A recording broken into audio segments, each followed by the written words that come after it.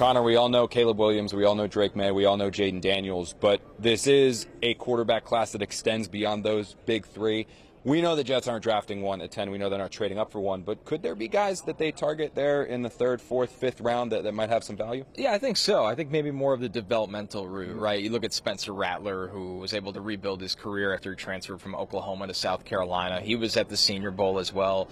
Big arm, a guy that was known for playing a little bit reckless but kind of dialed it in this year. That would be somebody I would think. Michael Pratt from Tulane is a player people really like. They like him too. The Jets do like him. It makes a lot of sense because he's played a lot of football already. He started very early in his career at Tulane, so it wouldn't feel like he's years and years away that you can maybe develop him as a backup. So those are the two notable names, I think. Considering the Jets don't pick in the 2nd round, that gap gets pretty big. This could potentially give them an opportunity here to right the wrongs that they did with Zach Wilson, draft someone in these middle rounds, let him sit behind Aaron Rodgers, and then maybe he does, or maybe he is afforded an opportunity to step in, take over, and eventually be this team's starting quarterback. But if the Jets do go that route, Connor, they're still going to go sign a veteran. You have to, right? I mean, we've talked about this enough. It's the same concept of learning from your mistakes. The Jets have not handled young quarterback development well, but then they also need to learn that they need a veteran quarterback behind Rodgers because of his age and health history. And, I mean, Connor, this is a market that Jacoby Brissett's back out there again. How many times could we say that name? Ryan Tannehill will probably sign somewhere as a backup, not a starter.